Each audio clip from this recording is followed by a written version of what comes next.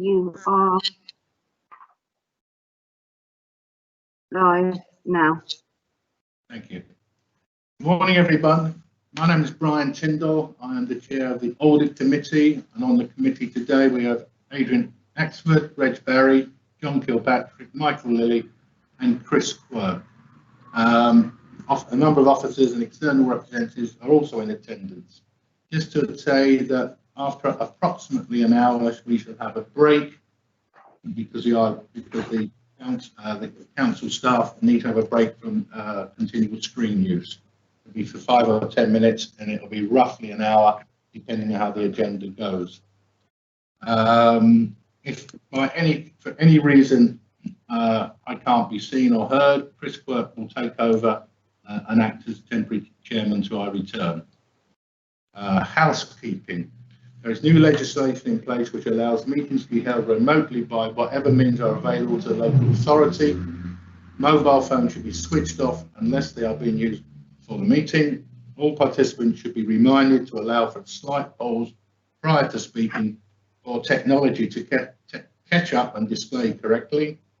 Please only speak when I ask you to do so, and remember to turn your microphone and video on before you speak. We now move to the agenda. First item is the minutes of the last meeting, which was held on the 16th of March. I don't think no issues have been raised, I believe. So if everyone is happy, could someone first propose and someone second? We can sign off. Chris, second. By a volunteer. Thanks, John, for volunteer. Okay, I'm just going to sign these now. Fine, that's that one out of the way. Next one, declarations of interest. Item 2, declaration of interest. Do anybody think they have any interest that they might like to declare on this matter? I don't think anybody has. Yeah, he's got his hand up. Say again? Adrian has his hand up. Adrian, sorry, Adrian. He's on mute. You're on mute, Adrian. Start again. Can you hear me now? Yeah. Yeah. I have to declare an interest on some items in number 6, the internal auditor, to do with direct payments. My son is disabled and he receives direct payments from the council. Noted. Thank you. If there's no others, we'll go on to public question time. We have received no questions from the public. Okay, we can move on from there. Next item is approval of the final accounts update. Right. I'm just going to read this statement out to you. At the request of the external auditors and as a result of the COVID-19 pandemic, the following items which were due for consideration in this meeting have been slipped. External audit letter of representation of Wight Council. Next item, external audit letter of representation Isle of Wight Pension Fund. Next item, external audit 2019 to 2020 audit results report for the Isle of Wight Council. Next item, external audit 2019-2020 audit results report for the Isle of Wight Pension Fund. Last item, approval of the final accounts. The statutory deadline for the approval of the accounts has been moved to the 30th of November 2020, and these items can now be considered the next meeting on the 28th of September 2020. So there's that. It then means that we have now finished with item 4. We can now move on to item 4. We can now go on to item 5. That is David White, Alan Thompson, or Jan Dunkley in attendance to provide an update. Hello, Chair. So yes, myself, David White, and my colleague Jack Dunkley, who is the external audit manager for the pension fund audit, are both on the call. So I'll give a quick update on the status of the council audit, and then Jack will do the same for the pension fund. and then we'll take any questions on that, and then I can talk through the update report, which is also in the papers today. So for the council audit, the audit's been running for a few weeks now. Generally, progress has been good. We're obviously working in highly unusual times and unusual circumstances, so the audit is being conducted entirely remotely. No members of the audit team are at County Hall or are likely to be for the remainder of the audit. The substantive work is well progressed in most areas. We do have some areas which remain ongoing, a mixture of small amounts of evidence which are still being collated for some pieces of testing, and then need to complete that testing on our side ourselves. There are also some areas in relation to the changed risks which are highlighted in the update to our audit plan, which we'll come on to later, which remain ongoing, and I can talk about those when we come to the paper itself. Our value for money work is in progress, and making further headway on that with some meetings this week. There will then be a process that we need to go through internally to consult on our audit opinions as a result of COVID, which will then take some further time to get through. But as you've said in the statement on the accounts, everything is now looking like it's going to come to that meeting in September. That was really all I would probably say in terms of a progress update for the council. I can hand over to Jack to give a similar update on the status of the pension fund audit. Cool, thanks, David. So for the pension fund audit, so we started the audit in the first week of June. So we've completed we've completed all our substantive testing on the audit. The only areas left are really our wrap-up procedures, which we'll perform at the same time as the main council audit. That includes the consultation process that David talked about. And then as well as the main audit, we also do a consistency check between the audited statement of accounts and the annual report. And again, we've got that scheduled into August, so we can sign that consistency opinion in time for the September committee. And as well as that, we also do some IS 19 data testing for the main audit. There's a small sample left on that, which again we're planning to do over the next week. So that should all be sort of completed relatively quickly. So overall, apart from that, I think considering the circumstances, the audits run incredibly smoothly. So really just want to thank Jo and her team for supporting us this year. And kind of with that, happy to open up to any questions on either progress updates. Does anybody have any questions on that first part? Thank you. We have to note that. You can just note that yours. So we'll note what you've just said, and been recorded in some form of shorthand by Megan. Right, the next one is, can you go on to the receive an update for the external auditors on the revised external audit plan for the Isle of Wight Council, paper B, please, David. Thank you. Thank you, Chair. Yes, so our audit plan for 2019-20 came to the committee in March. Obviously, right before the pandemic really kind of came to the forefront. As you might expect, it has had an impact on a number of areas of our work and on the financial statements of the council.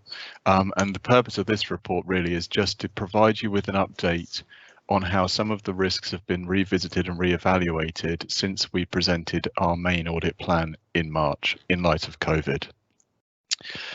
If I really just focus on those areas which have changed, because the report does include within it others of the risks that we identified in the main audit plan, which in our judgment remain kind of unchanged as a result of COVID-19. So the first one which has really changed is on page B5, and this is to do with the valuation of investment property. So the council holds a material amount of investment property in its financial statements, just over £33 million worth.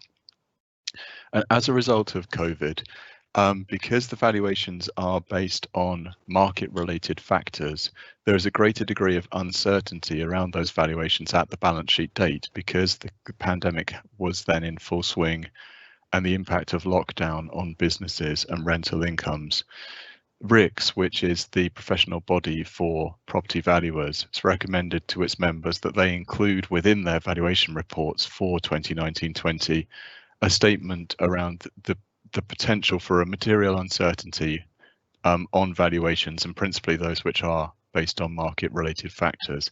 And that's not to say that the valuations cannot be relied upon, but that they should be treated with a greater degree of caution than they might be in a normal year. What that means is that we have elevated the assessed risk in this area. It was already an area of focus in our audit plan, but it's been pushed up to a significant risk. And what that really means in practical terms, ordinarily it might mean a slightly larger sample size, but the nature of the council's investment property portfolio is such that we would just have looked at all of the assets in either circumstance, I think, because of their individual value. But we will be using our internal specialists on property valuation to assist us in our work in this area. And that process has been commenced and it remains ongoing. It will take several weeks to get through that work.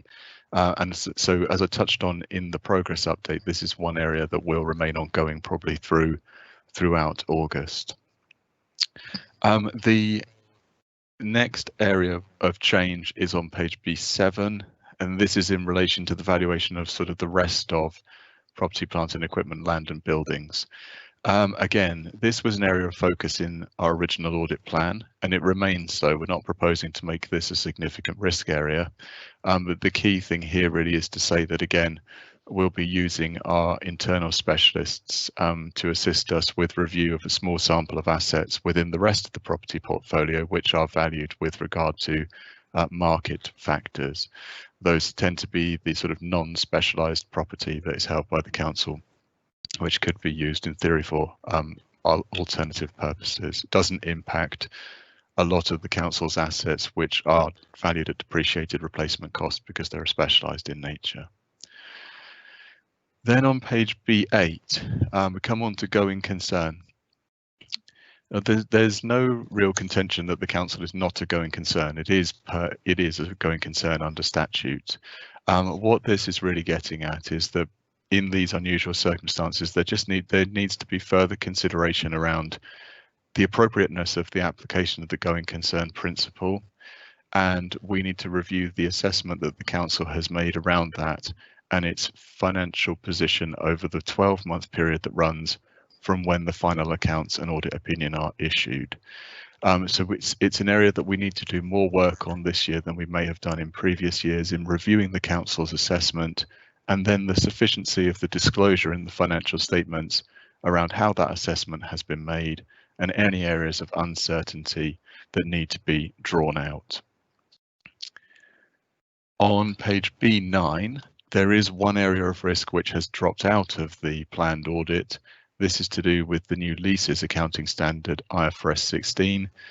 This was due for implementation in 2020-21, which meant that the council would have needed to have included certain disclosures in this year's accounts around the forthcoming implementation of that standard and its assessed impact.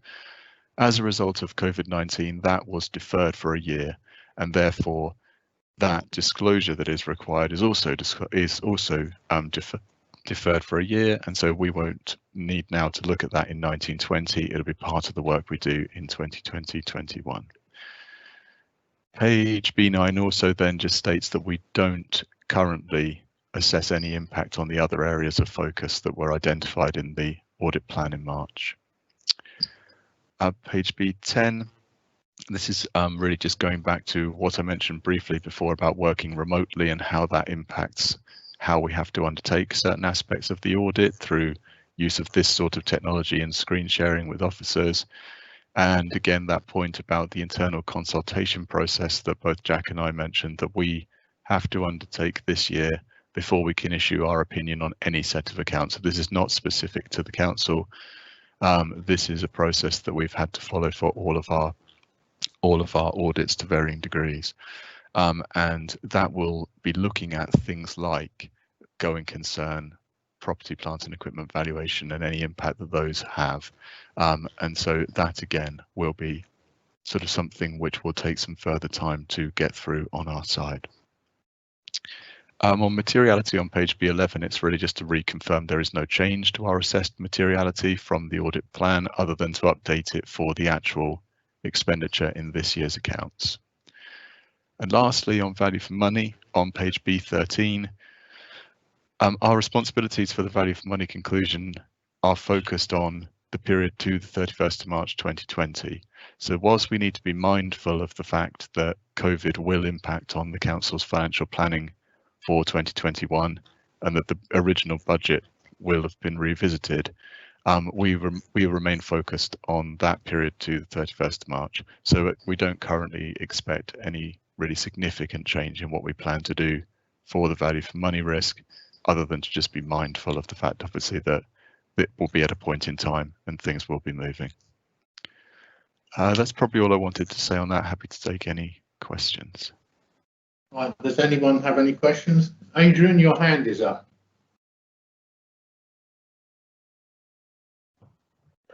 Yes, I have a question on page, where are we? On the valuation of the investment properties, page B5. If your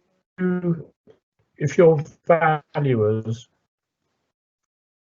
find, let's say, we're only worth 30, what effect will that have on this year's results? Is it a revenue item, capital item? Does it change anything?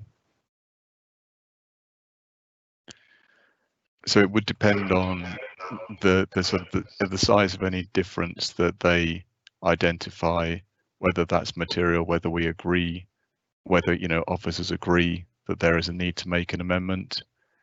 So changes in fair value of investment property do go through the revenue part of the accounts. But as I say, without really kind of getting through that work and kind of knowing the outcome at this point, it's difficult to kind of say what the impact of it may be, if at all. If our valuer agrees that the valuations are within a reasonable range, then there wouldn't really be, I don't think, any need for any kind of adjustment to the accounts. It's difficult to say at this point. David, I have a question for you, if I may. On the same subject, when you're doing investigation, as there's only a small number of properties, will you actually, not necessarily go there, but see if the businesses are still going? Are they paying their rent? Are they getting any sort of rent holiday or what? Yes, I mean, I think those are the kinds of inquiries that our specialists would be making or be asking us to make on their behalf to feed into their assessment. As you say, the stability of rental income is one of the kind of key inputs into the valuation. So those are the kinds of inquiries that I think we'd be needing to make to support that work. Will they be making any judgment on the longevity of the businesses that are there? I mean, so they may be there when they do them. Will they sort of take a view as to how long do they think they will last or what? Will they take a view on that? Because it is important. Yeah, I'm not sure, to be honest. I don't know, Jack, if you've got any kind of thing from any of your other clients on this, because I know that the process is perhaps a little bit further down the track on one or two of those where the audit started earlier. I don't think that they would be seeking to kind of second guess anything to a really significant extent. I think it's looking at the kind of reasonableness of the assumptions that the valuer has made when they've arrived at their valuations for those properties.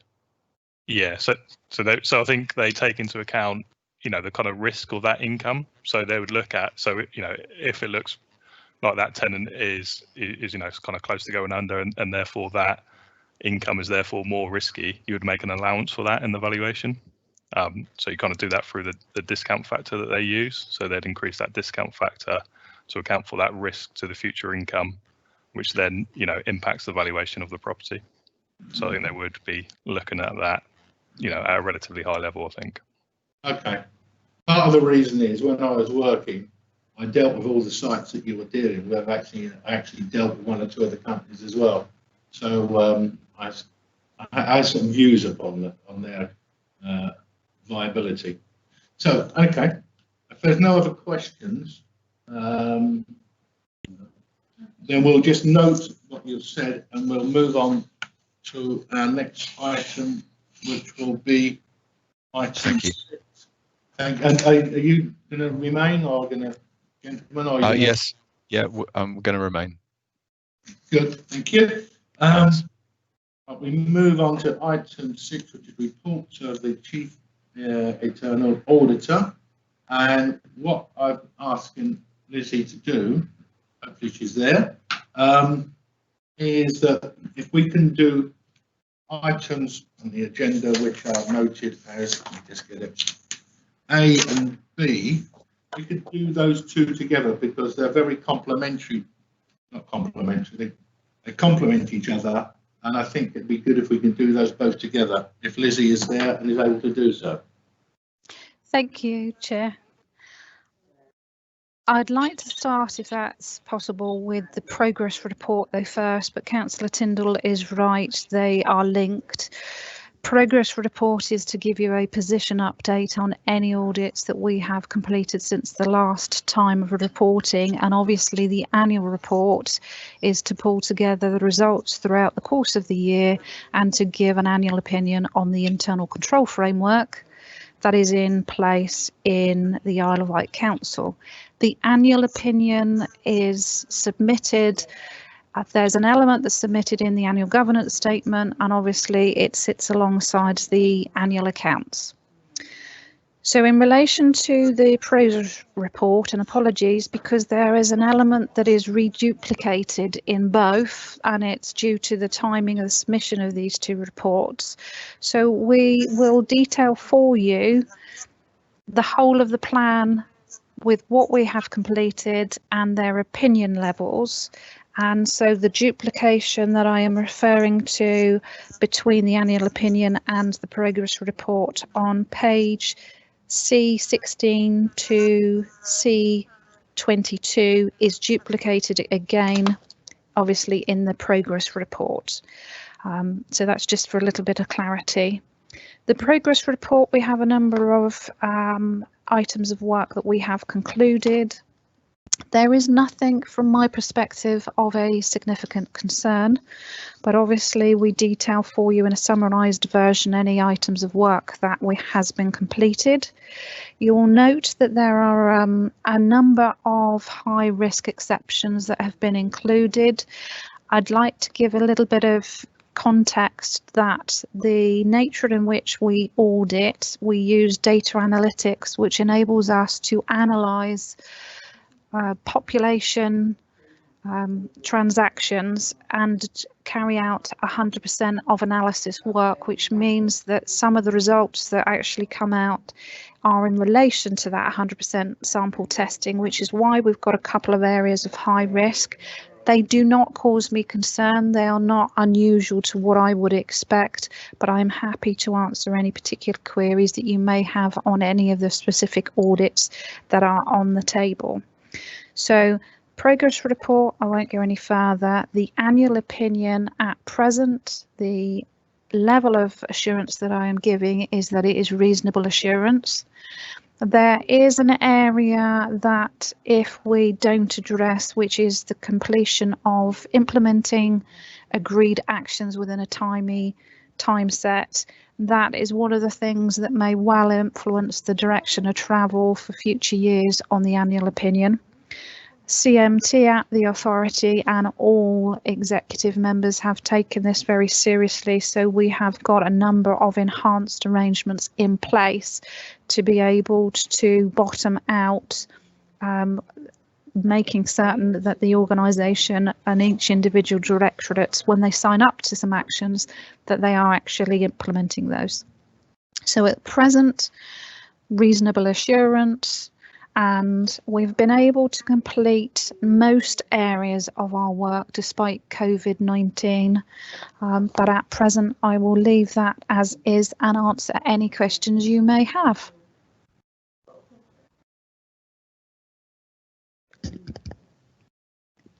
Councillor Tyndall, I can't hear you, you're on mute. No. No. Got it. Can you hear me now? Yes. Yep. It's my two lovely assistants here looking after me. Any of the members got any questions on these two papers? Michael has. Okay, sorry, Councillor. Yes, Sorry, Councillor Lilly, can you please go ahead? on paper C, yes, Yeah. we're on that one. There is raised of concerns about public health outcomes, right? I'd like more information.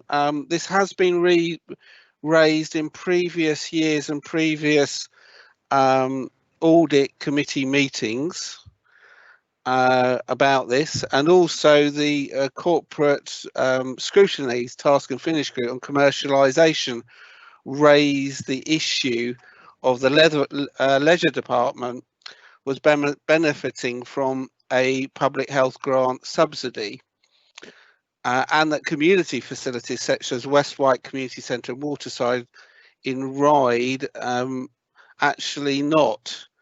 I was assured by the Cabinet Member of Public Health at the beginning of the year that no more public health grants was going to go to leisure services, and there was a new wellbeing fund.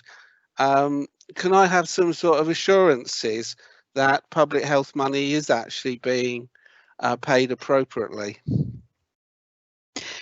Okay, Councillor Lilly.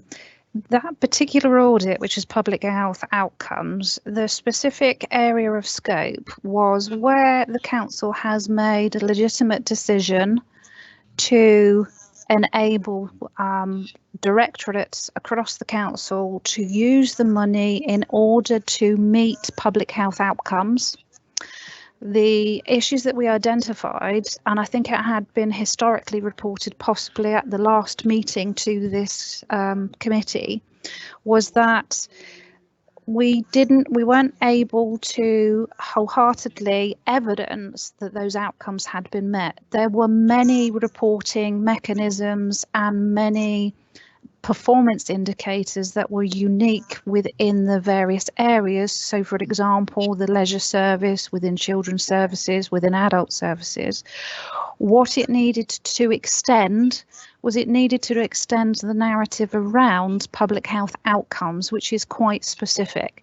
So we're not saying that the money wasn't spent in accordance with the overall terms and conditions, but there was gaps that if we were robustly challenged by Public Health England, they might not be entirely comfortable with us with where that evidence actually was coming from. I obviously can't give you any opinion on the grant itself with how it is distributed. I do know, though, that it does have to meet the terms and conditions, and the Director for Public Health, alongside the Director of Finance, has to sign off the grant on an annual basis, and that verification and sign off has occurred. So I don't know if that wholeheartedly answers your question, but from my perspective, from Chief Internal Auditor, that's the position from audit. Lizzie. Okay, thank you. Sorry, Michael. Lizzie, I've got one more, two more questions. Just one moment. Lizzie, who was it you said signs off that report? It's the Director of Public Health alongside Section 151, so Director of Finance. Okay, fine. Okay. Sorry, Michael. Sorry, Councillor Lilly, go ahead. I had other questions regarding paper C. One was there was concerns about floating bridge and regeneration property, which I would like explained, and also about Nicholson Road, which is still put viability at high risk. Again, I would like a little bit more information. Okay, Councillor Lee. So the Income Bridge, the Regen Project, and the final area, Nicholson Road. Nicholson Road. Okay. They were all highlighted in the report. Yes. In relation to the income at the bridge, the monetary levels are actually very low, and the scope of our particular review was looking at the framework in place for receiving receipting and banking arrangements. There was, at the time that we carried out this particular review, there was a number of concerns in relation to physical receipt of income, because the system that sat behind this, the electronic system, there were a number of problems and issues. Whilst it is not noted within this particular report, there is a subsequent report that will be coming forward where the follow-up position, and we haven't yet issued it, is that all areas outstanding in relation to the bridge have now been resolved. They no longer take cash, and they have sufficient infrastructure and framework to be able to take payments as and when they need it.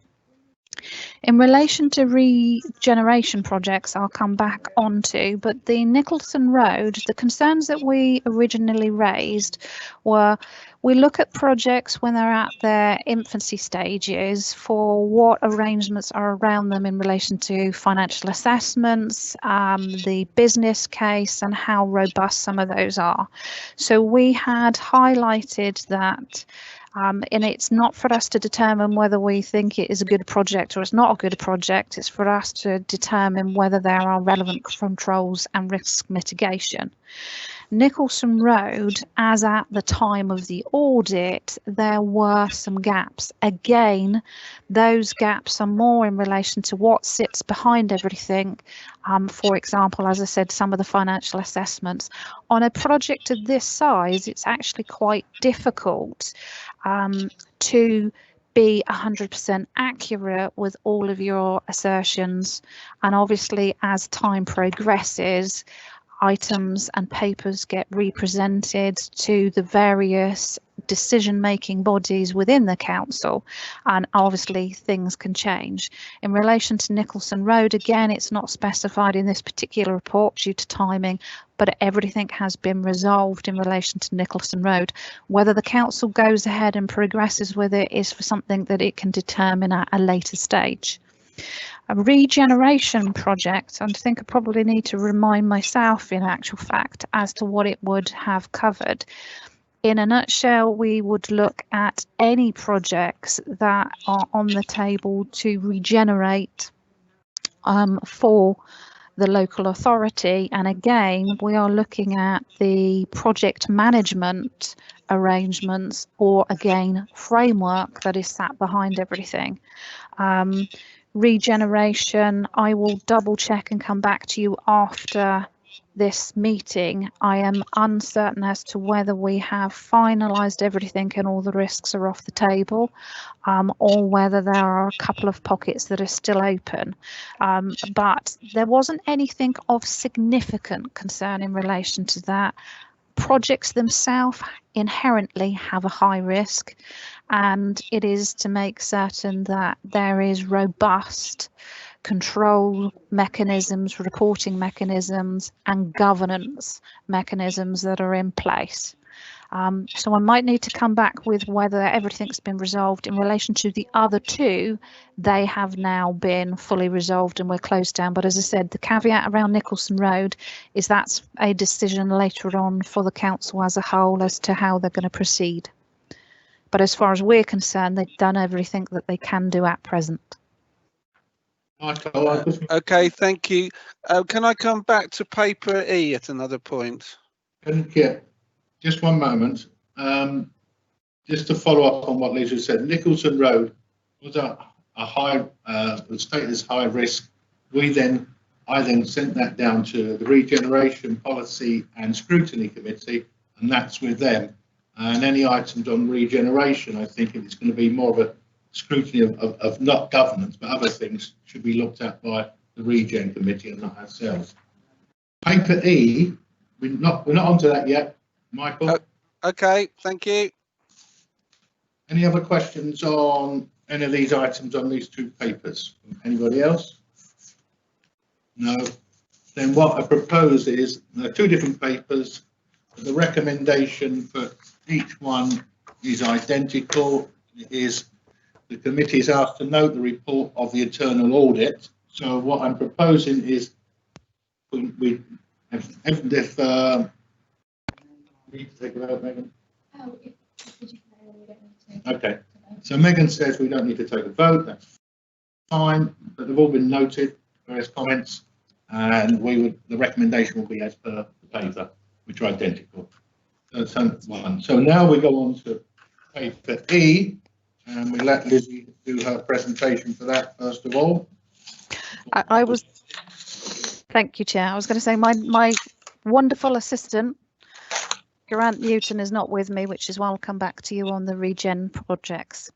In relation to the third paper that is presented to you, back prior to COVID-19, we would have presented the annual audit plan to you, which was duly ratified. I'd like to start obviously on page 11, which is around, and the sentiments have already been echoed by our colleagues in Ernst & Young regarding COVID-19. And just for information, how auditors go about obtaining their evidence is something that we now need to manage on a daily basis, because if you can appreciate, most of the team at some stage pitches up an office, and whilst there's an awful lot that is electronic records, there's an awful lot as well which are manual, and we need to make certain that we abide by all of the rules and safety measures, and we protect both sides of the equation, i.e. the clients that we're interacting with as well as the audit staff. And fundamentally, this paper is brought back to you because across the wider team, we have had redeployment within audit. We stood down some of the activities where it resulted in interactions with clients, i.e. a number of the in-house services who were trying to maintain the critical services. So it is to bring to your attention that we will undertake risk assessments for every single audit. We will keep that live as and when we may need to flex on our arrangements. We will carry that out. If there is any fundamental impact or changes in relation to the plan, again, I will bring that back to you. There are three main motivations really beyond and as part of COVID-19 for why this plan is represented to you with a number of amendments. I've already mentioned obviously the impact on the internal audit resource, but I think it was appropriate, and I've spoken to all of the relevant directors, that the services that need to maintain critical visibility and support to members of the public may well then not be able to be subject to some of the audits. So I have risk assessed, spoken to all of the relevant directors, and there are three main pockets now to the report that I'm presenting. So areas that we've taken out because it is inappropriate to go and audit. Areas that we need to include because there is an increased level of assurance reporting that is required by central government. So there is a number of grants that have come through, and those are contained now within this new revised plan, because there is a requirement for the majority of them to be subject to an internal audit signed off by the Chief Internal Auditor and signed off by the Chief Executive Officer. And the final area, I suppose, for making the amendment comes back to the comment on the annual opinion, where one of the concerns that may well influence and downgrade the insurance level is the organisation implementing its agreed actions.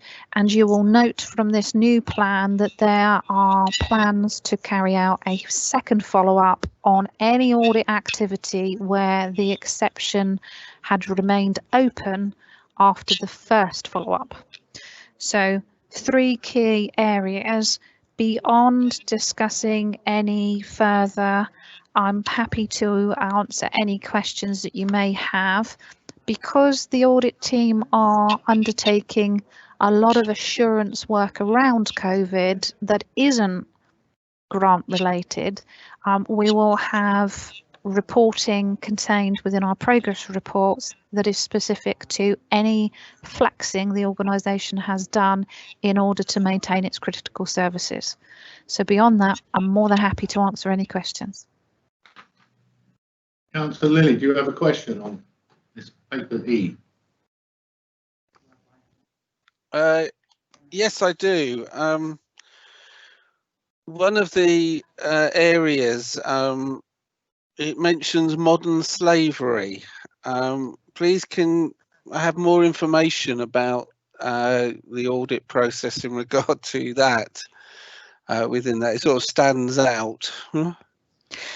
You're right, modern slavery is not a title you'd usually see that often. There was guidance set out by central government in relation to modern slavery, because modern slavery, i.e. individuals being taken advantage of, being made to work excessive hours and so forth, is obviously has been for the last few years on the increase. It is certainly more real, and there is an item of legislation that was published. So this particular review is focusing, and it's currently in progress, it's focusing on the arrangements the council has to hold a number of its suppliers to account and make certain that its suppliers that it uses have robust arrangements for checking that when they perhaps have any subcontractors, that the areas of concern in relation to modern slavery, that there are good checks in place. So this predominantly is looking at what do we have included within our contracts.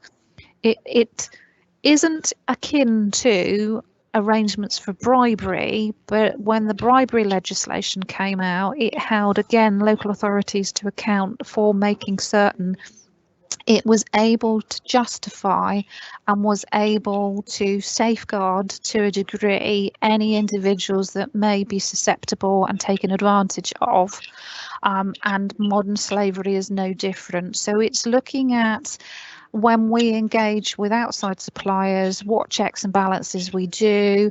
I have to say, for the Isle of Wight, modern slavery we still need to take very seriously, because there is good legislation sat around this, but you are not in the same arena as the likes of inner cities or in and around the London area. But that in a nutshell is what we are covering. Okay, thank you for that. The other one was on E11 about the island plan, and you're talking about reschedule regarding this. So again, like some more information. This is quite important because it is going to be reviewed, I think, in relation to COVID in November or in the autumn. Yes, the island plan was originally in the 1920 review, and there were a few areas where we were on the cusp of COVID-19, and if they hadn't commenced, then we needed to put to one side. That was the element around letting services maintain their critical focus. The island plan at present, so I've lifted from the 1920, put into the 2021. We have to probably keep the whole of the 2021 reasonably fluid, in that the timing of this particular review, and it will look at the revised island plan and any of its requirements for around when it's submitted, and what it feeds into in relation to the strategic direction of the authority. And at the moment, I'm proposing, yes, we will have a look at it, but we need to be very careful the timing of that review so that it gives the organisation the best outcome from the product of the audit. So we will look at how things are progressing, how we've had to perhaps revisit as an organisation the direction of travel from a strategic perspective. But at the moment, we couldn't do it in the 1920 because of COVID. I'm lifting it into the new one. I have to be really open and honest. It may be one of those areas that we leave to the tail end of next year, financial year, this year, or a lift and shift and put it into the next year's plan. Okay, thank you. That's all my questions at the moment. Oh, thank you, Mark. Thank you, Councillor Lilly. That's great. Take it the modern slavery, nothing to do with this company in Leicester and they were supplying glue and things like that? No. We don't have that sort of facilities over here. No, it's national legislation and it's appropriate that the authority still takes things seriously and has good arrangements in place. Okay, so if there are no more questions, I beg your pardon, sorry, Christian. Yeah, going back to something that was partially covered in Michael Lilly's question, we have areas where the need to actually focus on what is being delivered is really important. I totally understand that, but those areas are also the areas that there has been a dramatic increase in spend, and what's the reassurance that it is actually going to be looked at properly, particularly in terms of value for money, because some of those things, it seems that we suddenly in COVID-19 it costs a lot more for foster care, and I don't quite understand why, and I'd like someone to be looking at that sort of thing. Councillor Cook, that is a very relevant question. There is an item included in this plan that is called assurance reporting, and there is a small amount of narrative that is alongside that. So the grants are individually included, but areas that have increased their expenditure across the council, and of course there was a specific code for COVID-19, we will actually go through all of those areas and pick a sample, because we need to be able to give assurance to yourselves, but also centrally to the management team, that when we have made additional purchases, so there's a whole host of things that had to flex in the arrangements. So a number of the procurement rules would have had to have been amended for a short period of time to facilitate being able to deal with COVID-19, and we may have had additional items of expenditure. So all of that is subject to the assurance reporting COVID. So we will be able to give you some assurances independently to the organisation. No doubt they will still be doing their own assurance work as well. Lizzie, if I can just come in there, I take it this is on our paper E12. It's the last item, cross-council COVID response, and it's assurance reporting. That's what you're talking about. Yes. I think we need to note that, and that particular one, and a full report when you, I don't like saying when you've got one, I rather like putting a date on it, but I don't suppose you could put a date on it because you don't know when you're going to be in a position to do so. But I think we need to have a look at that, because it is going to affect the council's finances in a way, a great way probably.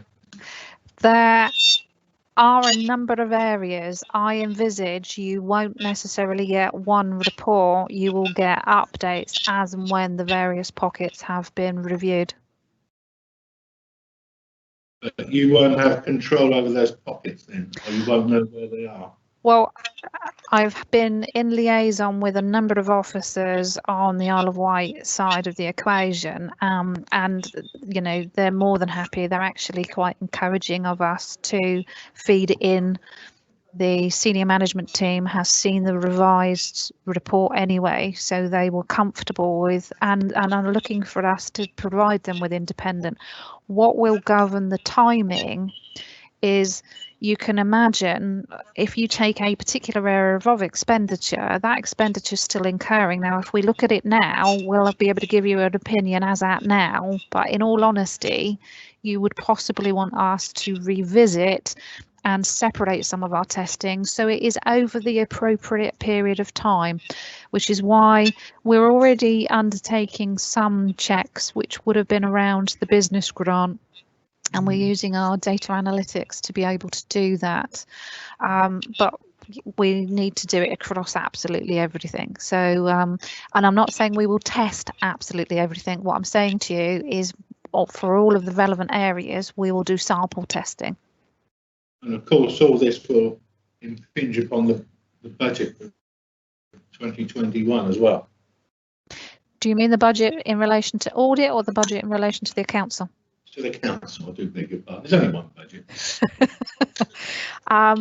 Yes, that is a moving target, to be honest. We're not out the back end of COVID-19. They're making all of the relevant assessments. But as with Spain going into quarantine, the rug can be easily pulled, even if you've considered all permutations on variations. Don't give Councillor Kilpatrick another reason not to come home.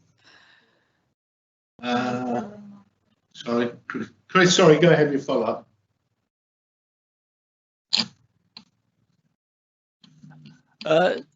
There's a possibility that there could be a second round of COVID in the winter, autumn winter. You're saying we'll look at everything once it's finished, but actually the 19 million extra spent on COVID could recur again in the autumn, and we should maybe learn the lessons before then to be sure that we're making the right decisions in the future. Apologies, Councillor Quirk, I may have misled you. What I envisage doing is not having one report, is probably reporting on a regular basis the various pockets. I think it is relevant to do pockets of testing up front, but not actually close down that particular area, particularly if there is still ongoing expenditure being incurred. I think we will do a number of pockets, to be able to feed back, quite rightly, as you've indicated, to the organisation if there's lessons to be learned, but also because we don't want to get to the end of the year and be then presenting you with, okay, this is all wonderful, but here are some pockets that we had some concerns on. We will work on it throughout, but the timing, so each time we have a progress report, I envisage giving you an update in relation to that assurance reporting framework. So sorry if I've misled. Councillor Lilly, you had another question? Yes, it was just a follow-up really from Chris's line of questioning. It was very clear in COVID that, as he sort of said regarding fostering, but that was also within adult social care. And I just wonder whether you're going to look at, I mean, I'll give you an example, a lot of PPE equipment prices changed radically and went up. And there was quite a big difference between who you were buying PPE equipment from. Also, the rates that the government were giving for beds on discharge into care homes was much higher than perhaps we would have traditionally we would have paid for before, and that's obviously coming back. So there's quite a lot of areas of where finance has been. I mean, I shouldn't say this, but you know, some of the manufacturers did knock up their prices on stuff. Within that might have been legitimate reasons. Are those areas are you going, those financial fluctuations of price that you would also be looking at? Councillor Lilly, I haven't determined the specific test that's going to sit underneath everything. I think what I would say to you is all local authorities, to a degree, would have had no option. So the value for money element, whilst I am always duty bound to look at that, I think we need to recognise that as an issue. Once I have greater clarity, obviously we will commence with all of our testing. That is always an area that we would need to consider, But as I said, the finer details and the caveats around that are as prescribed. Okay, thank you. I take it there are no more questions from the members. If that's the case, I ask the members to approve the revised 2020/21 internal audit plan. And I need a proposer. Chris, and I take it, Michael, you should second. You were the seconder as well. Okay. So we'll now go to the votes. This will be taken by roll call, and you have to confirm whether you wish to vote for or against or abstain. The clerk will now call out each councillor's name and ask you to respond.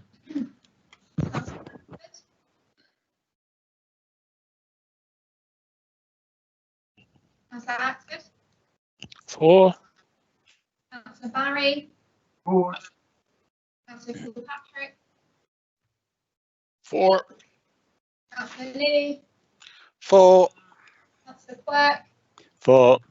and Councillor Tyndall. For. Unanimous, Chairman. Okay, that's a confirmed result. Now, we've been going for an hour. I would suggest we have a 5-minute break. If you have a 5-minute comfort break, and then we'll return to item 7, the council's risk profile. So just give us 5 minutes. So that'll be 11 o'clock by my clock here. Thank you.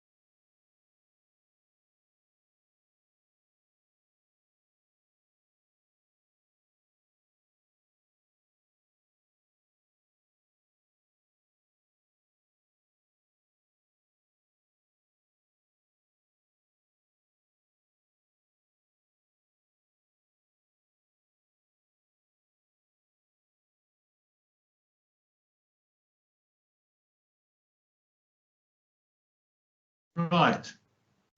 Is everyone comforted and ready to start? I You're hope live so. again now.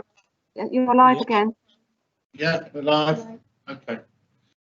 Okay, the next item on the agenda is item 7, which is Council's risk profile.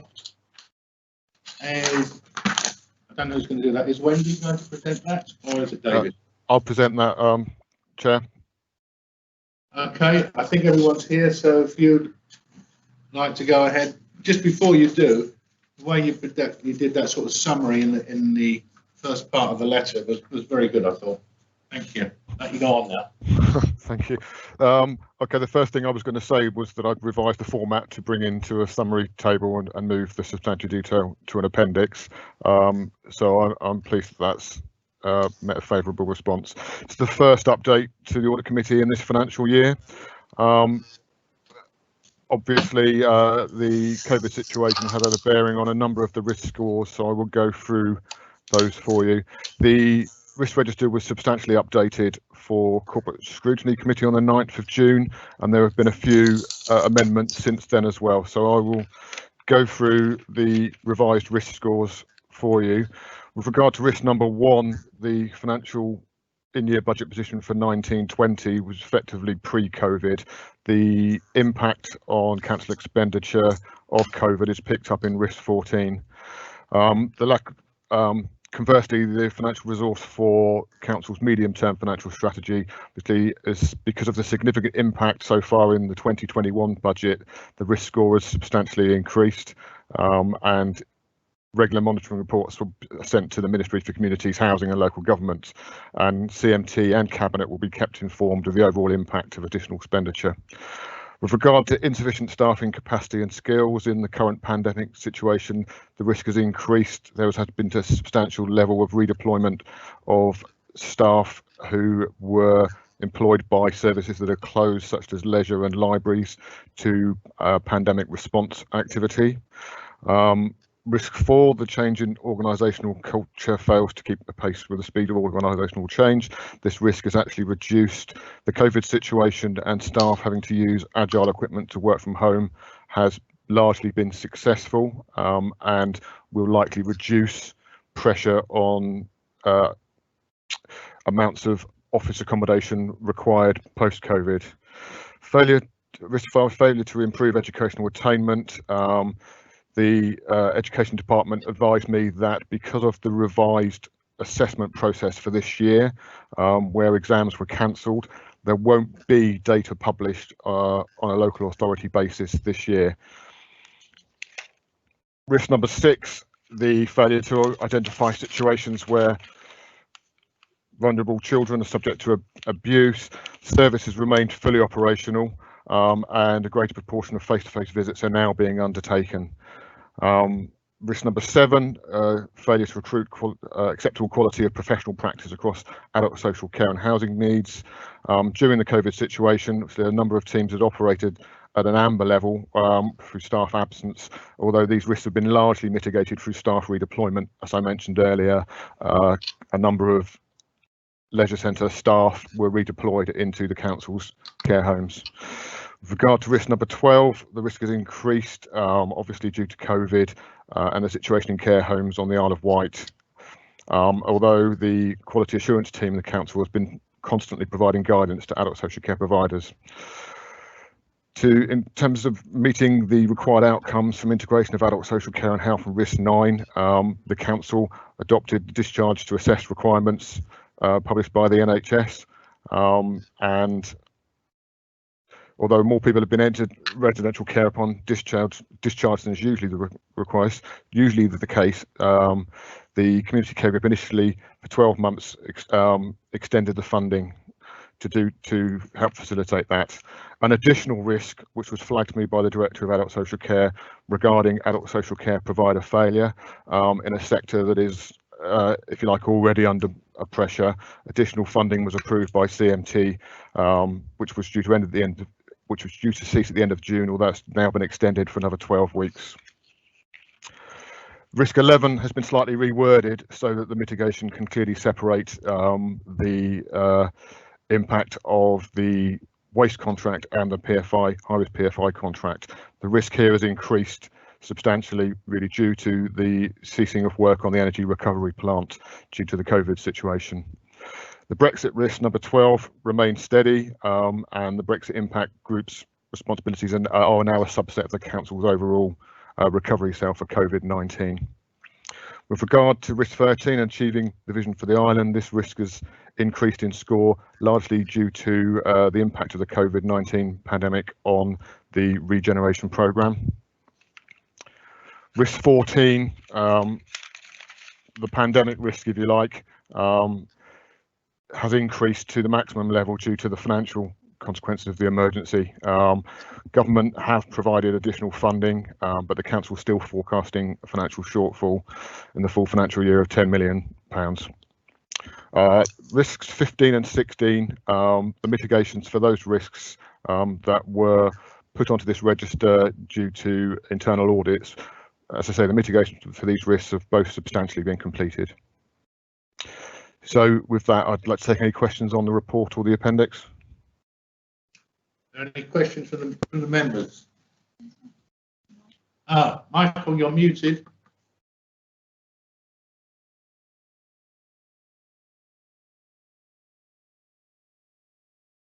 Yep, you just, that's it, you're now. Okay.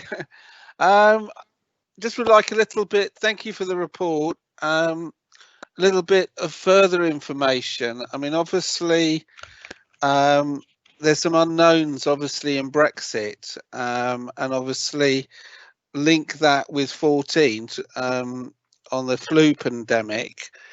What kind of mitigation do we need to sort of take? Because we could really be hit very, very hard in the winter, particularly on both of those, depending on what actually happens. Right? I'll answer that as best I can, Councillor Lilly. With regard to Brexit, obviously the situation regarding the terms in which we leave the European Union will be monitored very closely, and as the impact of those is perceived to increase, I would imagine that additional measures will need to be put in place by the recovery group. Yeah. If I may come in, Michael, let me say both the questions you asked about mitigation. Until you know what the problem is, you don't know how you're going to mitigate it. Chicken and egg situation.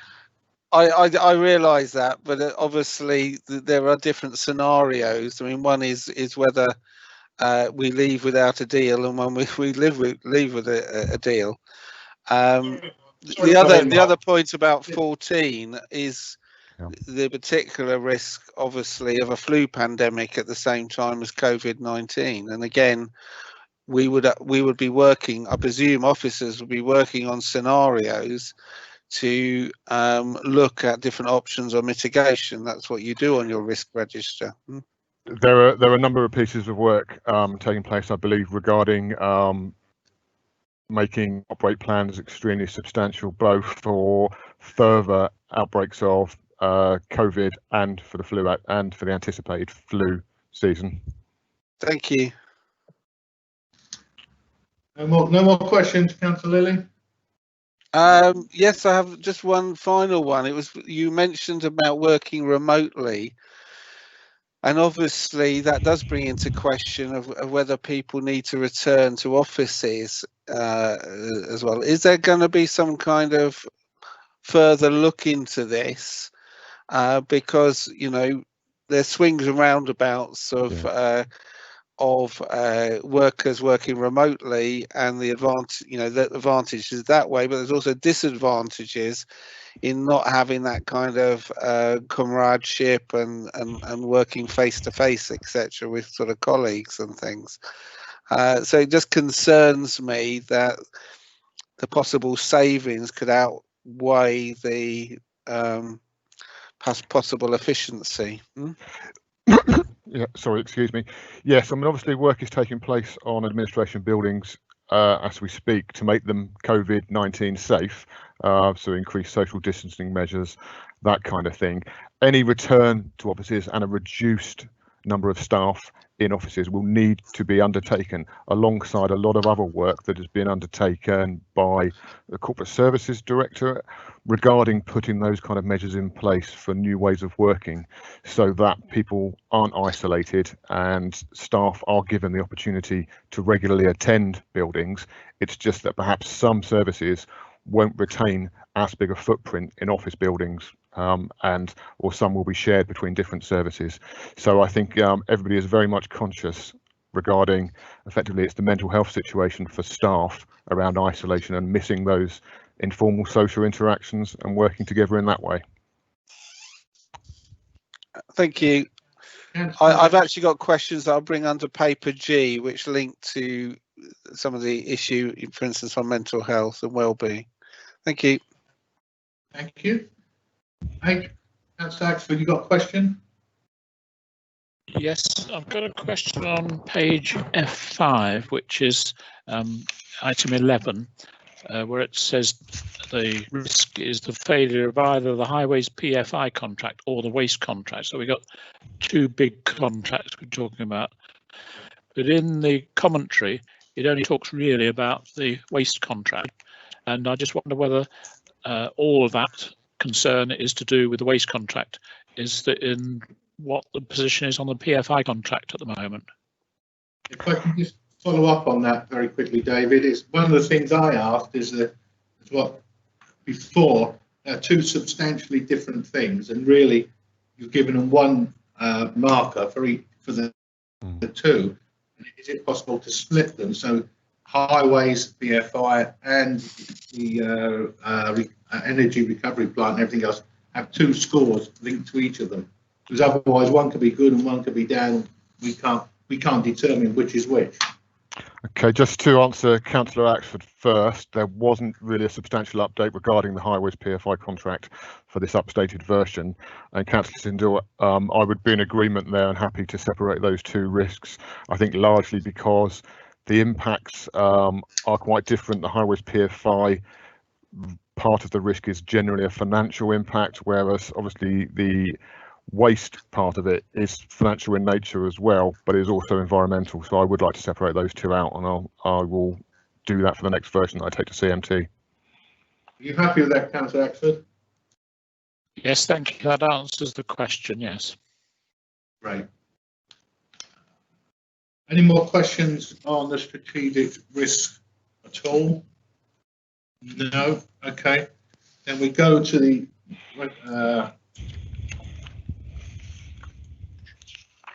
we're asked to approve the strategic risk of the council set out paper F, paragraph 11 and appendix 1. So I need a proposer and a seconder. Proposed. Seconder, Michael, Councillor Lilly is going to second. Clerk will now call out each of our names and we ask for, against or abstain. Councillor Axford. For. Councillor Barry. For. Councillor Kilpatrick. For. Councillor Lilly. For. Councillor Quirk. For. And Councillor Tindall. For. Unanimous. So that item is finished now. Now we go on to the next item, is to receive an update from the Chief Executive in relation to the pandemic section of the Strategic Risk Register, paper F Appendix 1, Strategic Risk 14, with particular regard to the financial aspect. Is John Metcalf there to do this? I'll take that one, Chair, if I may. Who's that, sorry? Kerry Doubleday. Sorry, Kerry. Yep. Okay. Okay. I think just the background to this is when it came to corporate scrutiny, there was a large paper and there was a section on the financial aspect, but it didn't really give a lot of detail. And members there and the same members on this committee wanted a bit more of an explanation about the finances. So if you can do that, I'd be grateful. Okay. So as reported to corporate scrutiny, the committee will be aware that currently we are estimating the financial impact of the COVID-19 pandemic to be around about £10 million. So at the time of writing the report, we had received 2 tranches of emergency funding from the government, which totaled some £9 million. And that was set against our estimates for our spending pressures, which in total come to £8 million. We also anticipated some difficulty in delivering our budget savings of around about £1 million. And then we looked at what our loss from fees and charges may be in terms of income, and that was assessed to be in the order of £8 million, and a further loss from council tax and business rates income of circa £2 million.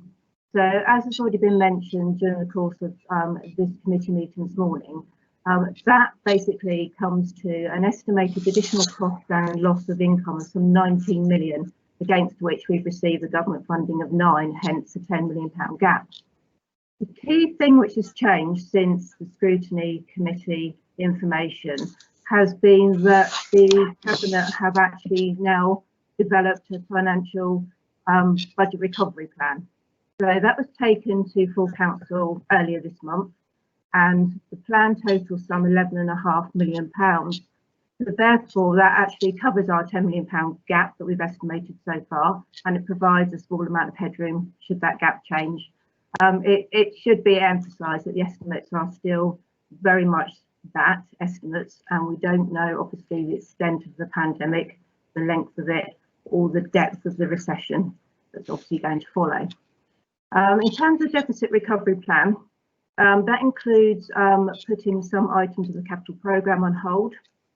That totals £4.5 million of the total plan. We've also estimated we would need to call on the corporate contingency of up to £2 million.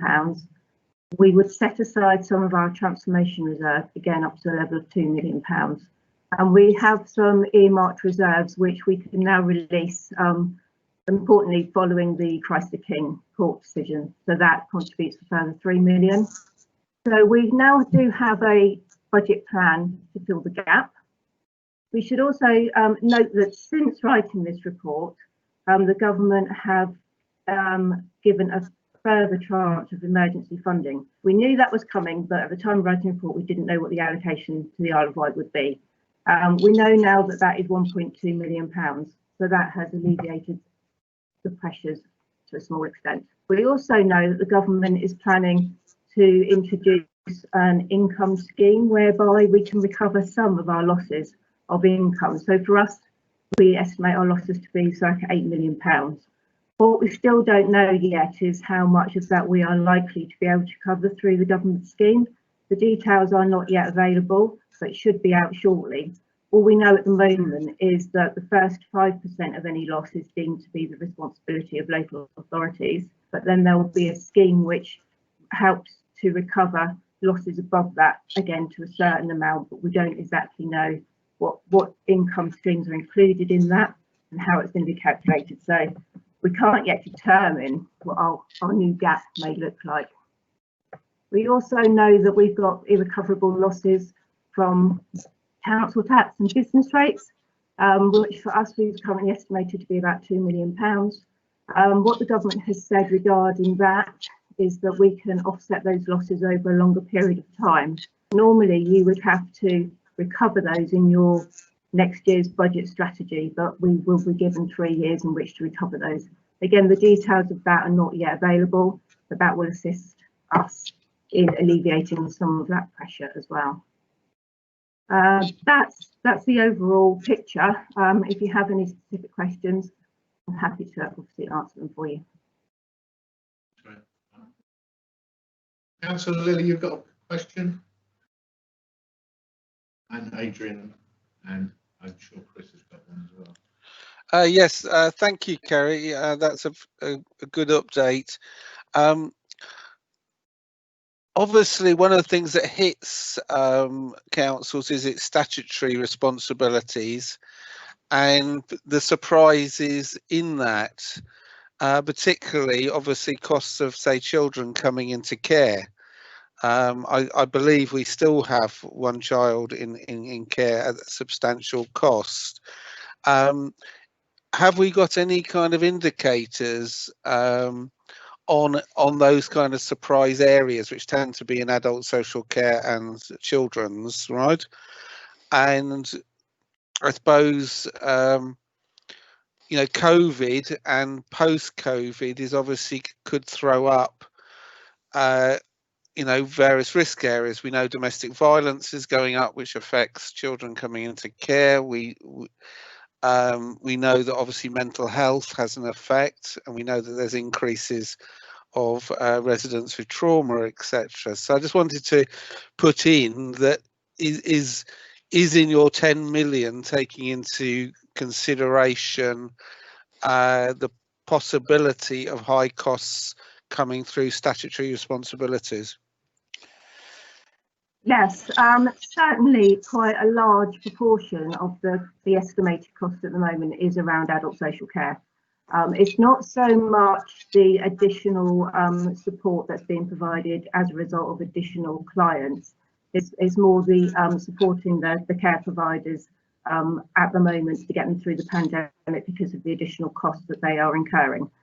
So there is obviously that's been one of our key statutory duties. That is like a key call on our emergency funding.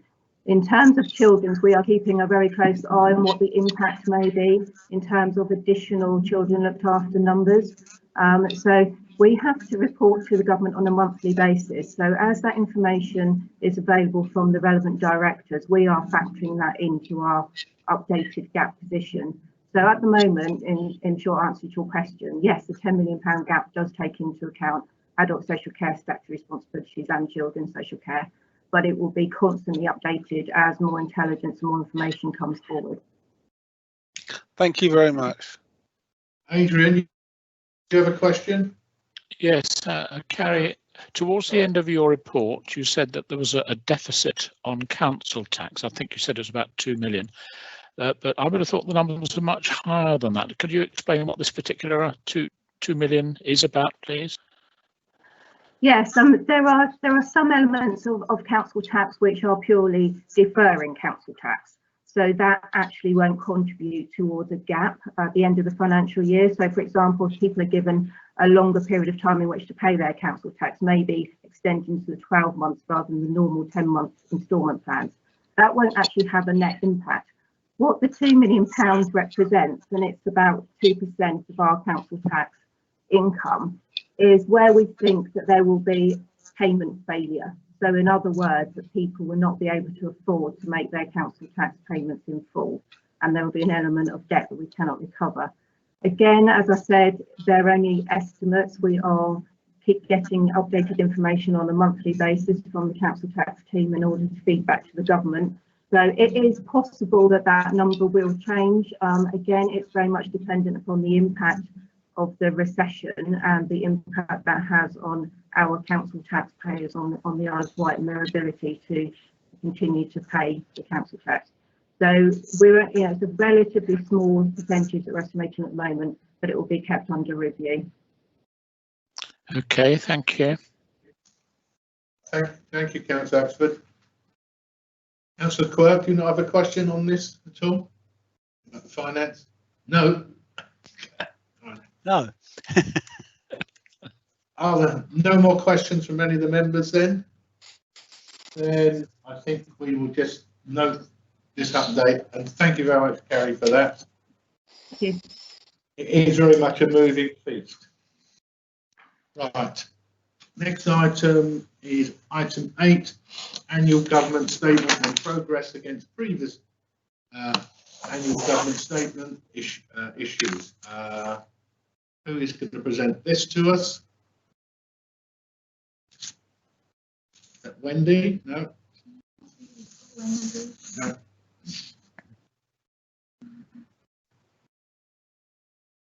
David, are you there? Do you know about this one at all?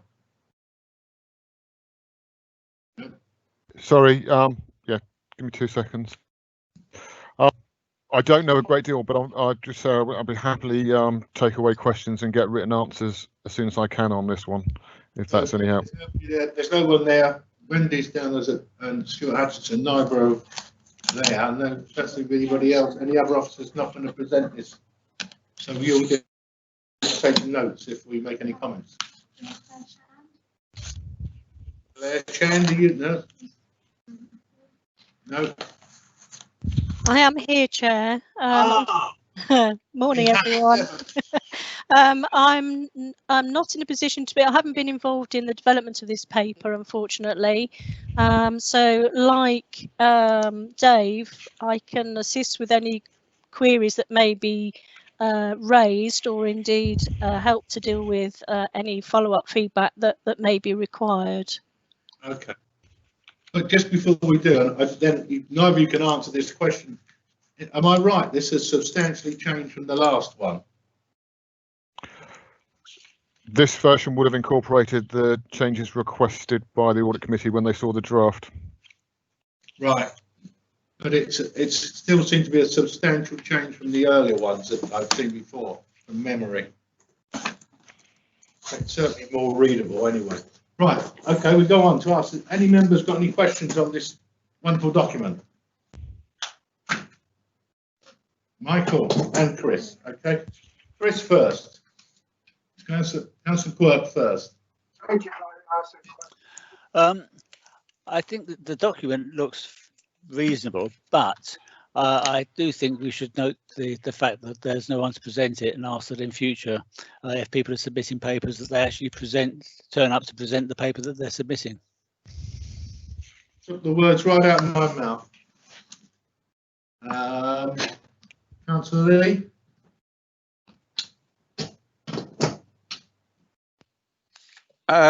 Yes, I concur with what you've just said, Chris. I do have I'll go through them because you obviously might need to come back with answers. In G27, right? The principle 2.1 about openness, right? It's basically does state within this, it may be that there are risks that some people are excluded by processes, for example, by not having access to technology that allows them to participate.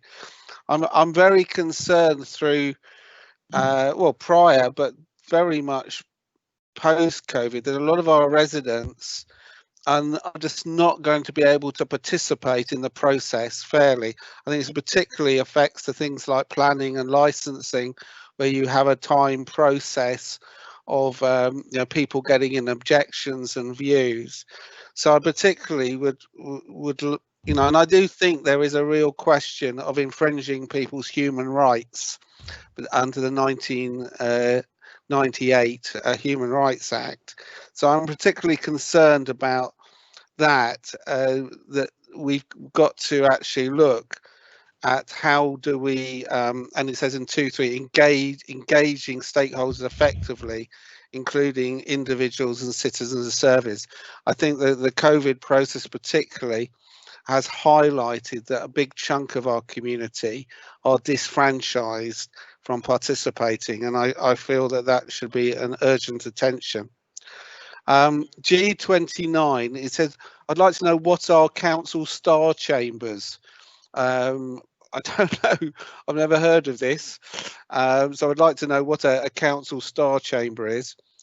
The next point was embedding our commercial practice in line with the council's commercial strategy. I wish to highlight that corporate scrutiny are still looking at that commercial strategy and perhaps should liaise with the audit committee on that. G32.5.1, ensure that the well-being of staff is managed and the impact of COVID pandemic is sensibly addressed.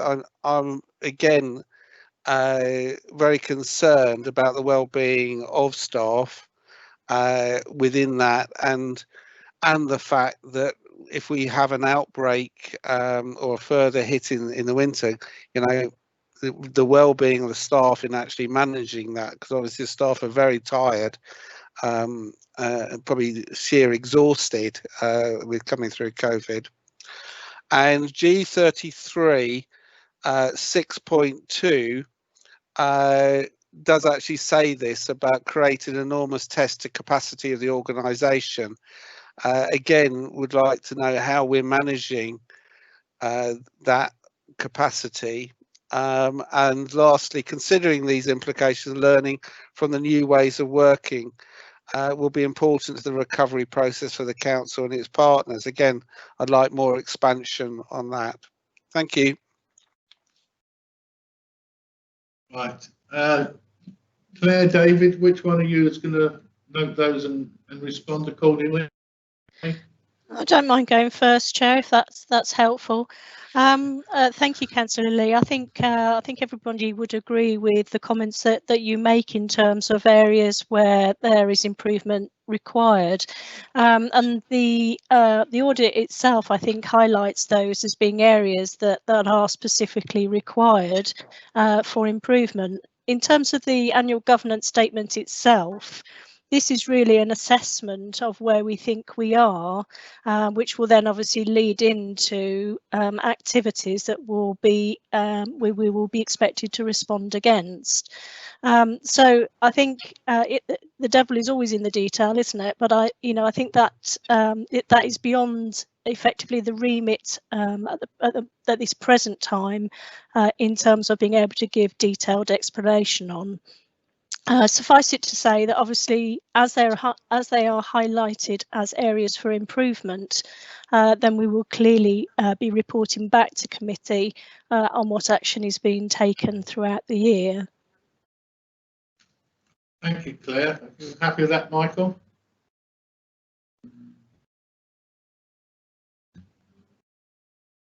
I mean, yes, it's understandable. Because obviously we're still within process, aren't we?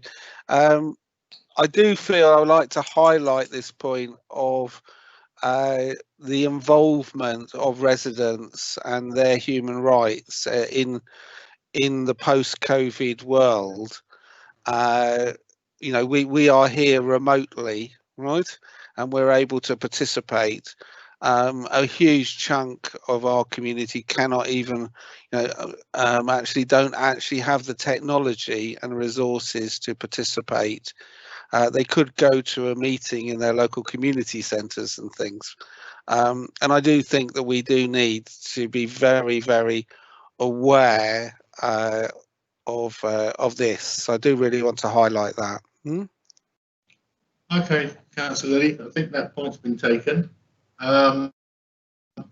If there are no more questions, oh, sorry, Ray. Sorry, Councillor Barry. Just been told you have a question as well. Yeah, thank you. G2721. It says all member delegated decisions are published. What about officer delegated decisions, particularly all the decisions that's been taken by officers during the COVID crisis? Where can we get a view of all of them? Claire, can I leave that one with you to answer? Yeah, of course, no problem, Chair. Again, unfortunately, Councillor Barry, it's outside the remit of this particular paper, as this is a statement as to how we comply against the audit, the annual governance statement requirements. That said, it's an important question. I know there is a process that is being considered for that element, and indeed there will be continued reporting going through in whatever is the most appropriate committee channel to update members on some of those decisions that have been taken.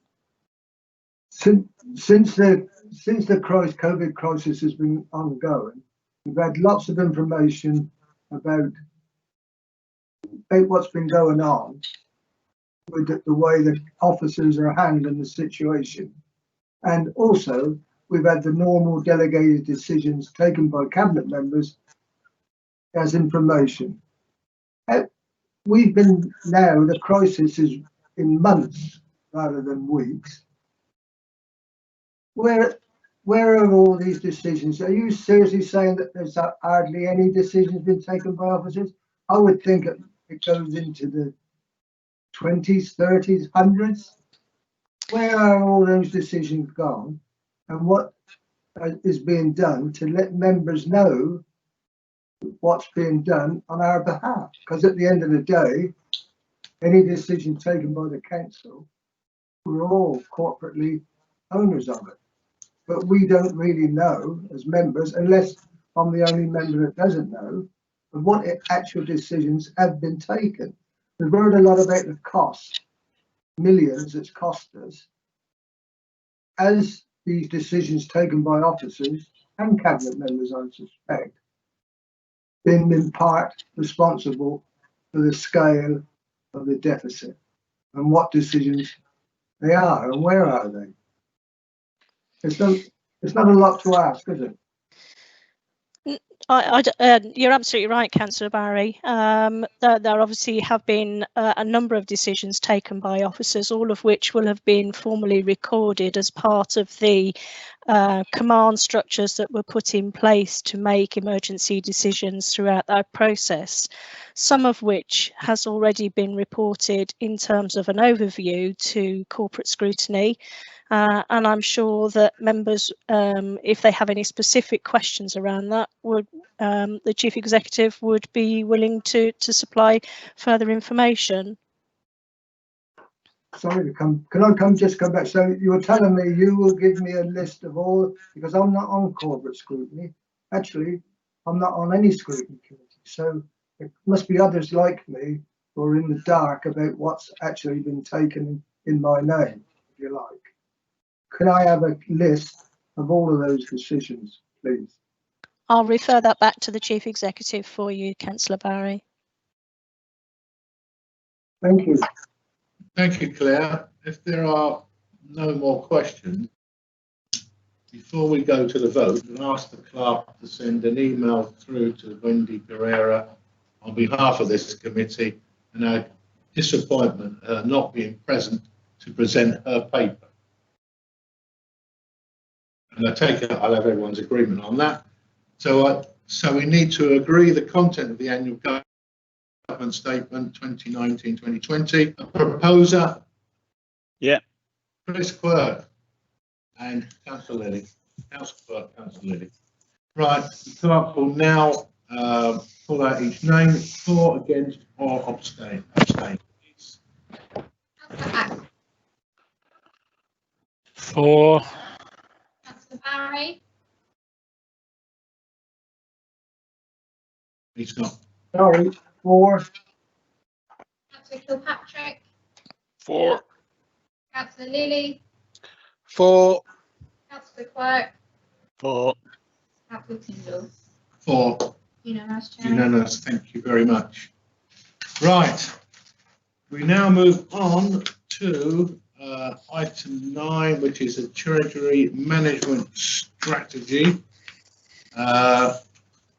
which was my request, because one was presented in March, and I thought, with the light of things that are going on, I think we need to know, has this changed? If it's not, why not? So if it's there, Thistlewood, we're glad to hear from you, please. I'm here, Chairman. Thank you. Thank you, Chair. This report is designed to provide members with an update on the economic position as a result of the COVID-19 situation and any implications that may have for our Treasury management strategy. The report sets out in quite a lot of detail some of the actions that have been happening and the information we've received from our Treasury management advisors, Arling Close Limited. Subsequent to the report being published, we've had a further update from Arling Close in their July information broadcast, which effectively states that the medium-term global economic outlook is exceedingly weak and that they expect the UK bank rate to remain at 0.1% with a distinct possibility of a cut to 0% over the next 12 to 18 months. Money markets continue to price in a significant chance of a negative bank rate, possibly by the end of this calendar year. Interest rates, inflation for June was 0.6%. So that's obviously also having an impact on money market rates and the rates for government gilts. We're not proposing to make any changes to our Treasury management strategy as a result of the current economic crisis, primarily because our strategy was broad enough to enable us to do a variety of things given the circumstances, and we've been following advice from our Treasury Management advisors in terms of our counterparties, those people that we invest our money with at the moment. That's primarily all I'm going to say at the moment on the update, but I will let members know that at the next committee meeting there will be a report on the annual Treasury Management performance up to the 31st of March 2020, and also a report as requested by Councillor Hutchinson on whether or what activities we're undertaking in terms of rebalancing our debt portfolio to see whether we can make any savings within our interest rate payable costs. So I'm happy to take any questions that members may have at this point. Any questions from any of the members? Councillor Axford. Hello, Joe. I just got a query on page 8.3 where you show the borrowings at the top of the page, and we've got lots of, obviously a variety of percentage rates for how much we pay on our borrowings. The one I'm interested in is Lobo loans. We've got 21 years to final maturity. Is that just one loan, and how long ago was it taken out? Thank you, Councillor Axford. Yes, that is just one loan. It was taken out for a 45-year period, so 24 years ago. So we don't know who to blame for that one then?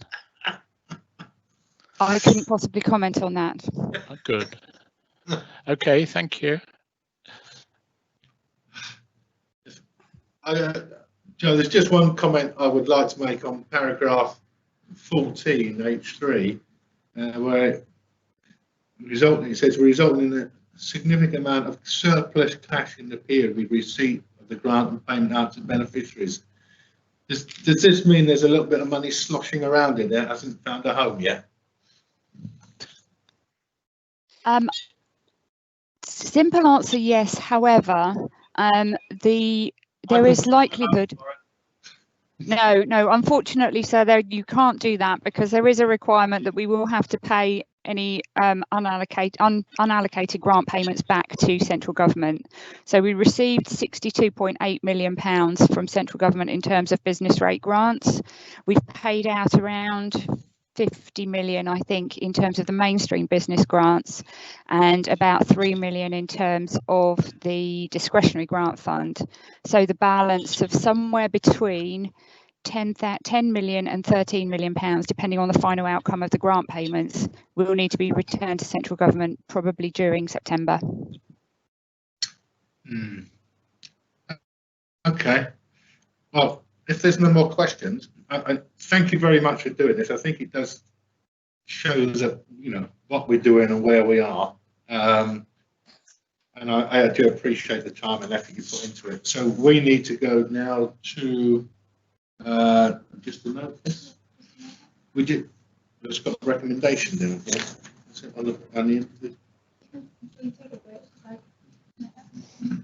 Okay. Let me see. We'll take a vote on that, on the recommendation. I'll read them both out. That the committee note the update on the Council's Treasury Management strategy in light of the broader economic situation. The committee note there are no amendments required at this time to the previously approved Treasury Management Strategy Statement 2020-2021. So we'll take a vote on that. The clerk will call out the names. And it's for, against, or abstain, please. Councillor Axford. For. Councillor Barry.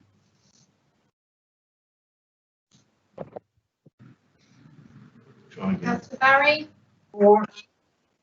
Councillor Kilpatrick. For. Councillor Lilly. For. Councillor Quirk. For. And Councillor Tyndall. For. Unanimous, Chairman. Right. Thank you very much, Joe. Thank you for that. Right, moving on to item 10, which we know Claire is here to deliver. And would you like to go ahead, Claire? Thank you very much indeed, Chair. No, this is a report that normally is presented by Hayley Holden as the procurement manager, but unfortunately she's on leave, so I'll be doing that on her behalf today. As you all know, you'll get a regular report from the procurement manager to this committee, so follows a similar format to those previous reports that you will have received. Plus, there's some additional commentary in this particular paper around the arrangements put in place to manage procurement through COVID-19. Overall, there's not a great deal of change in the activity that we've seen in general. Although in table 3, at the committee's request, that now shows the type of spend, whether revenue or capital, so we hope that's of use to members. You'll see in terms of the contract database that if you'd have looked at the previous report, you will have seen perhaps less input here in terms of the number of contracts, but as members will be aware, we've as a team, they've been working very hard to establish the council's contract database to make sure that all contracts are registered on that system so that they can be better tracked and monitored against the milestones and any other review activity. So you will see a big increase there, and that is a result of the team working much harder now on getting that up to speed. In terms of waivers, which I know that you will always be interested in, the report suggests that there has not been any great deal of change in the number of waivers being requested, even throughout the COVID-19 period. But what you will see is a slightly higher value in the waivers themselves, which I understand is mostly due to the commissioning of some residential placements that were necessary during the COVID-19 period, and the emergency placements to provide assurance of cover. I know Hayley normally gives you an update in terms of the action plan against the strategy, which was approved not that long ago. And just to report, there has been some delay in the delivery of the strategy as a result of COVID-19. And there is a marking of revised completion dates for the purposes of members to track that as we go forward. Obviously, I'll happily answer any questions you may have. There may be some items that I don't have immediate to hand, but we'll make a commitment to get to you as soon as I possibly can. Members have any questions, please? Councillor Lilly and then Councillor Quirk. Thank you, Claire. Thank you for the report. Particularly, I suppose I'm interested in the fluctuation of procurement on residential, because that does seem to vary in normal times. And I just wondered whether under COVID it was actually varying even more, particularly regarding children's services. Yes, I think you're right. I mean, generally we see a fluctuation. I think the COVID-19 situation did present us with a slightly different situation in terms of the requirements for placements. And of course, we needed to make sure that those placements were sufficiently robust to maintain safety and cover for children who required those during that period of time. Thank you. Okay. Councillor Quirk. Yeah, going on to the children's services one. Were these contracts for multiple children? Because they work out at £250,000 a contract on average, which seems rather a lot if it's just 7 individual children. I'll happily confirm that for you, Councillor Quirk. I'm not totally sure of that. I would imagine that it is individual children, and as you know, residential placements can be extremely expensive due to the nature of the specific requirements. And I know that the children's services managers don't enter into these arrangements lightly, and will look at every other possible alternative before entering into any such arrangement. But I'll happily confirm that to you. Yeah, it seems that ones at that sort of level shouldn't be done on waivers. You're right, and I think what's happened in the pandemic situation particularly is that the available placements through the normal framework weren't available, and so by necessity alternative sources of placements were by necessity required. Can we ask internal audit to look at this in terms of value for money, because I suspect it's not.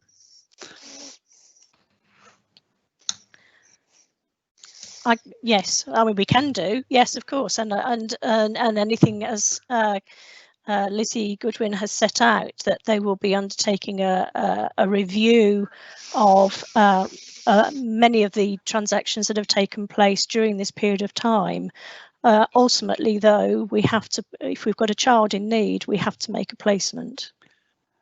Yes, but you don't have to go with the most expensive. You have to go with just supplying with meeting the needs of the child. I was involved in the judgment that actually determined that. Yep.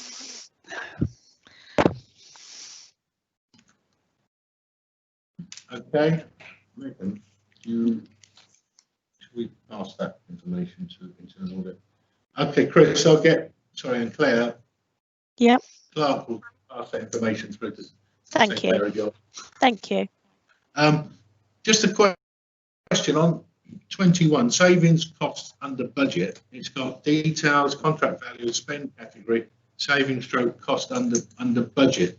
But I look at this and I'm thinking, okay, there's no sort of explanation why or there is additional cost, or what, why there's been savings. It's this astute negotiations by our purchasing people, or is it they change the spec, or what?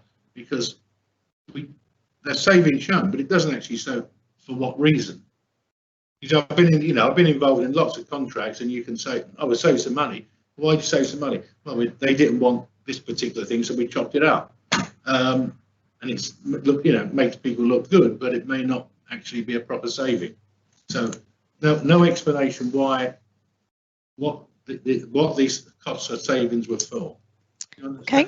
Yeah, no, absolutely. I can happily ask for that information to be put into future reports.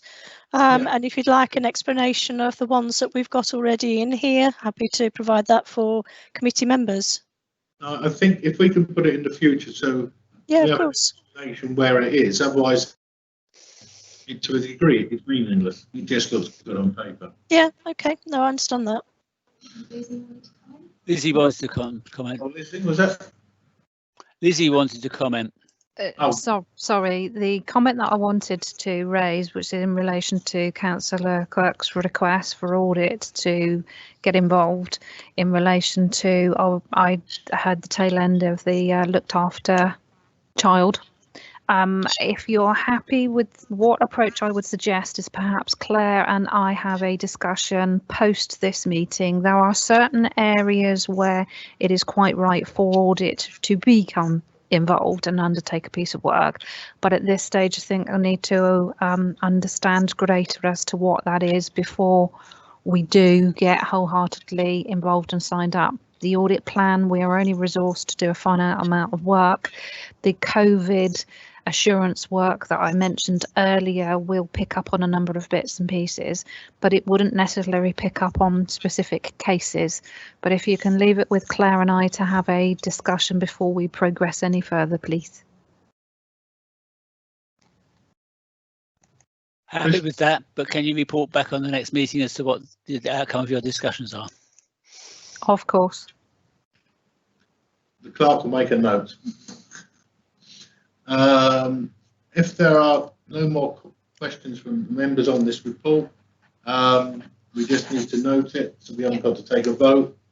If everyone's happy that we've noted that, Next goes into members' question time. No written questions have been received.